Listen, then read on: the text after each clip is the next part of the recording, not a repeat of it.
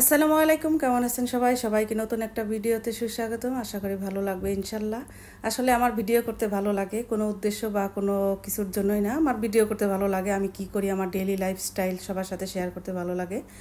আর সেটা যদি হয় রান্না বান্না বা ডিলিশিয়াস খাবার, সে তার তো কোনো তুলনাই নাই।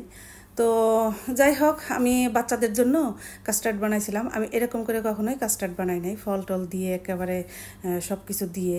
তো বাচ্চারা না একটা একটা করে খেতে চায় না। যদি সব কিছু মিক্সার করে একটু টেস্টি করে দেওয়া যায় তাহলে খেতে চায়, বিশেষ করে আমার বাচ্চারা।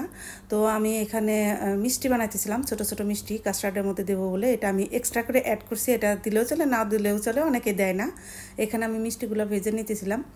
আর এবারের মিষ্টিগুলা দেখতে অতটা সুন্দর হয় না, একদম ফুলকো ফুলকো হয়েছে তো, কিন্তু টেস্টি হয়েছে খুব। একটু অন্যরকম করে বানাইছিলাম, একটু বুদ্ধি খাটায়। আমার বেশ কিছুদিন যাবত মিষ্টি হইতেছিল না, তো ভালোই হয়েছে, খুবই সুন্দর হয়েছে। ছোটো ছোটো করে দিছি, ফার্স্টকে একটা বড় দিছি, এরপরে ছোটো করে দিছি।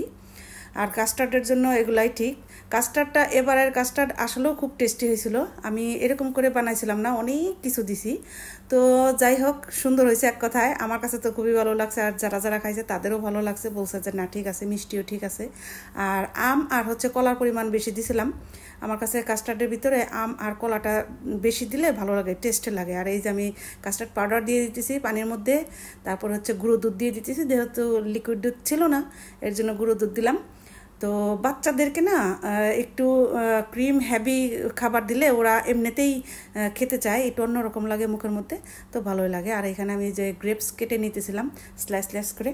আর এর মধ্যে একটু বলে নেই যে যেখান থেকে আমার ভিডিও দেখতেছেন অবশ্যই সাবস্ক্রাইব করবেন, আপনাদের মতামত জানাবেন ইনশাল্লাহ। জানি সবাই কাস্টার্ড খায়, বিভিন্ন রকম করে খায়, তবু আপনাদের সাথে যেহেতু শেয়ার করছি, তো একটা কমেন্ট পাওয়ার আশাবাদী বা আশা করতেই পারি। আর এই যে এখানে সব কিছু সুন্দর মতো জাল করে নিছি।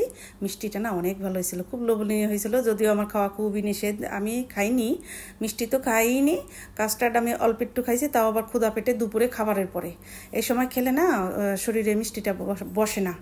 তো আমি এখানে মিষ্টি, ছোটো ছোটো মিষ্টি দিয়ে দিতেছিলাম, আর সব ধরনের ফল দিয়ে দিছি। আর চিনির পরিমাণ একেবারেই কম, গুড় দেওয়া গেলে আমি দিতাম, তাই দিতাম। চিনি আমরা খুব একটা খাই না, আমাদের ঘরে চিনি খুব একটা খায় না। আর ভালোই লাগতেছে।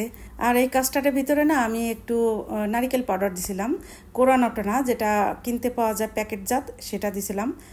সেটা একটু জাল হলে সেটা এমনিতেই ফুলে যায়, ভালো লাগছে, আলাদা একটা স্মেল আসছে। এক কথা সাধারণ হয়েছে আমার রেসিপি, যদিও আমি মাঝে মাঝে এরকমই করি, আমার নিজের বুদ্ধি খাটায় একটা একটা করে ফেলি। বাচ্চাদের জন্য সব কিছু দেওয়ার চেষ্টা করি। সাবুদানা দিছি, সাবুদানাটা আমার দেওয়ার কথা মনেই ছিল না, পরে দিয়ে দিছি, তো ভালোই লাগছে আর কি।